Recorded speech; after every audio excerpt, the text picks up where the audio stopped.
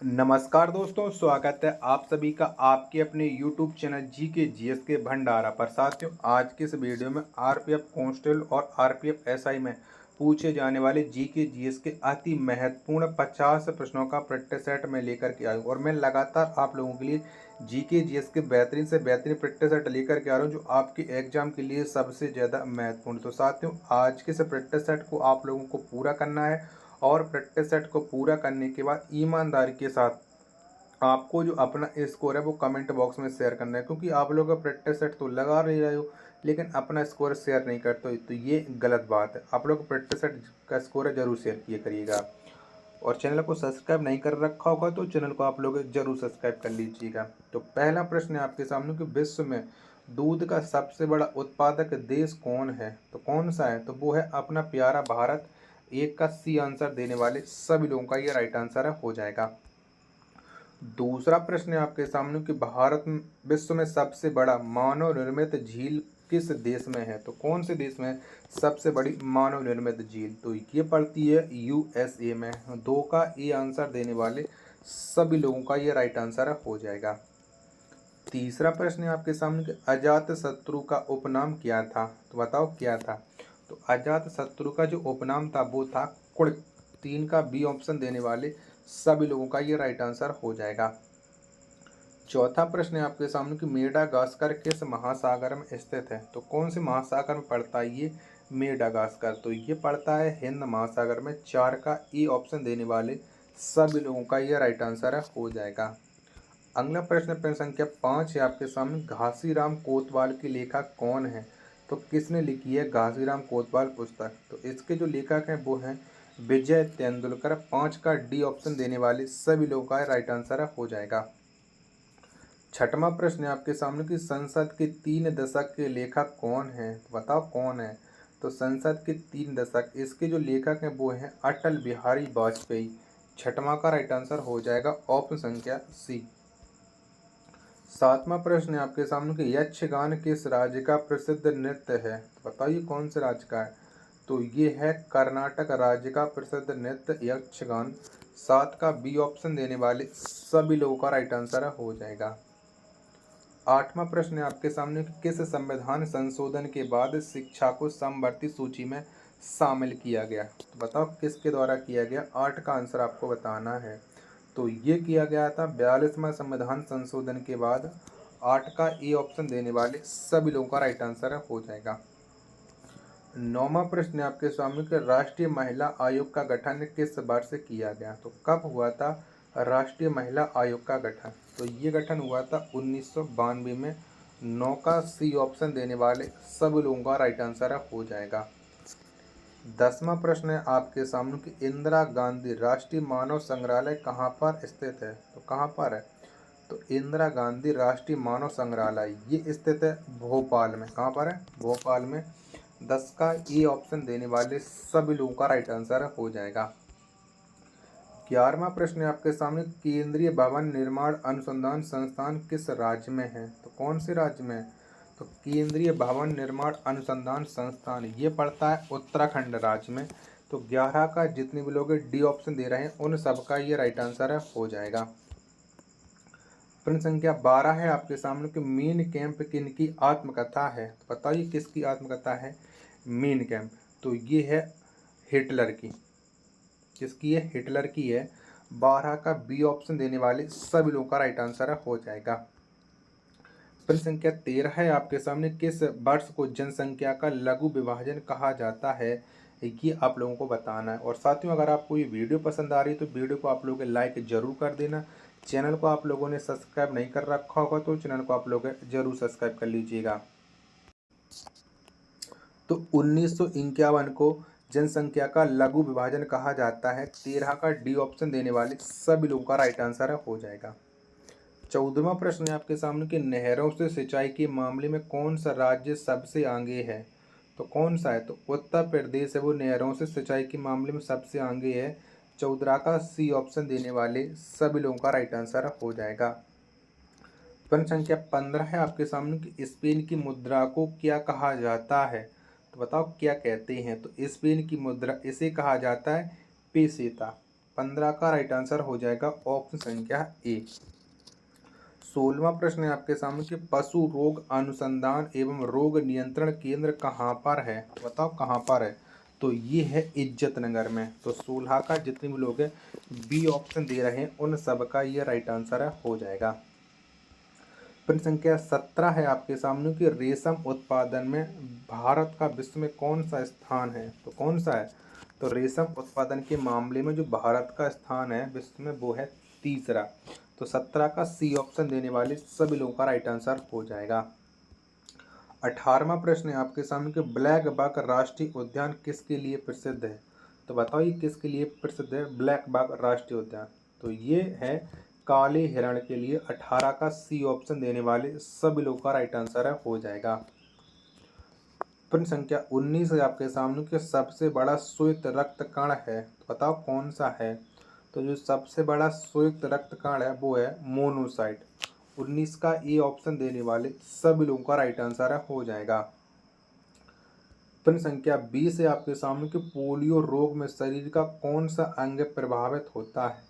तो बताओ कौन सा अंग प्रभावित होता है? तो ये होता है तंत्रिका तंत्र। प्रश्न संख्या 20 का डी ऑप्शन देने वाले सभी लोगों का राइट आंसर हो जाएगा। प्रश्न संख्या 21 है आपके सामने कि भारत की राष्ट्रीय नदी कौन है? तो कौन सी है? तो भारत की जो राष्ट्रीय नदी है वो है गंगा। 21 का ए ऑप्शन देने वाले सभी लोगों का राइट आंसर हो जाएगा। प्रश्न संख्या 22 है आपके सामने कि राष्ट्रपति के रूप में सबसे छोटा कार्यकाल किनका रहा है? तो किनका रहा है? प्रश्न संख्या 22 का आपको राइट आंसर बताना है। तो जाकिर हुसैन का सबसे कम कार्यकाल रहा है राष्ट्रपति के रूप में। 22 का सी ऑप्शन देने वाले सभी लोगों का राइट आंसर हो जाएगा। प्रश्न संख्या 23 है आपके सामने कि भारत का प्रथम गवर्नर जनरल कौन था? तो बताओ कौन था? तो भारत का जो प्रथम गवर्नर जनरल है वो है विलियम बेंटिक। 23 का ए ऑप्शन देने वाले सभी लोगों का राइट आंसर हो जाएगा। प्रश्न संख्या 24 है आपके सामने कि भारत का अंतिम गवर्नर जनरल कौन था? तो कौन था? तो लॉर्ड कैनन ये भारत का अंतिम गवर्नर जनरल था। 24 का जितने भी लोग हैं बी ऑप्शन दे रहे हैं उन सबका ये राइट आंसर हो जाएगा। प्रश्न संख्या 25 है आपके सामने कि स्वतंत्र भारत का प्रथम गवर्नर जनरल कौन था? तो कौन था? तो स्वतंत्र भारत का जो प्रथम गवर्नर जनरल था वो था लॉर्ड माउंटबेटन। 25 का सी ऑप्शन देने वाले सभी लोगों का ये राइट आंसर हो जाएगा। 26वां प्रश्न है आपके सामने कि स्वतंत्र भारत का प्रथम भारतीय गवर्नर वायसराय कौन था? देखिए आपको बताना है 26 का आंसर। तो ये थे सी राजगोपालाचारी। 26 का डी ऑप्शन देने वाले सभी लोग का राइट आंसर हो जाएगा। तो साथियों अगर आपको ये वीडियो यहाँ तक पसंद आई हो तो वीडियो को आप लोग लाइक कर देना। चैनल को आप लोगों ने सब्सक्राइब नहीं किया होगा तो चैनल को आप लोग जरूर सब्सक्राइब कर लेना और इस वीडियो को आप अपने सभी दोस्तों के पास है ज़्यादा से ज़्यादा शेयर करना।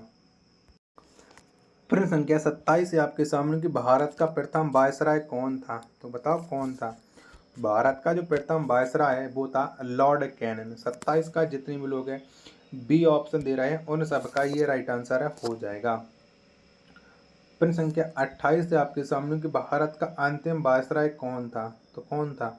तो लॉर्ड माउंटबेटन ये भारत का अंतिम वायसराय था। 28 का सी ऑप्शन देने वाले सभी लोगों का राइट आंसर हो जाएगा। अगला प्रश्न है प्रश्न संख्या 29 है कि इंडिया गेट की नींव ब्रिटिश सरकार ने कब रखी थी? तो बताओ कब रखी थी? तो 1921 में रखी गई थी इंडिया गेट की नींव। 29 का बी ऑप्शन देने वाले सभी लोगों का ये राइट आंसर हो जाएगा।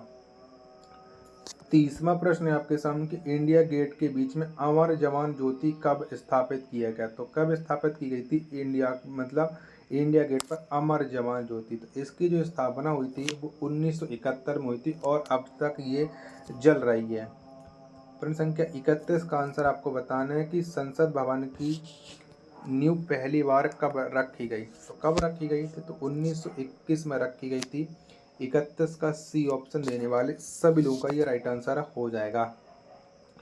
प्रश्न संख्या 32 से आपके सामने कि संसद भवन का विधिवत उद्घाटन कब किया गया? तो बताओ कब हुआ था संसद भवन का विधिवत उद्घाटन? 32वें प्रश्न का आंसर आपको बताना है। तो ये हुआ था 18 जनवरी 1927 को। 32 का बी ऑप्शन देने वाले सभी लोगों का ये राइट आंसर हो जाएगा।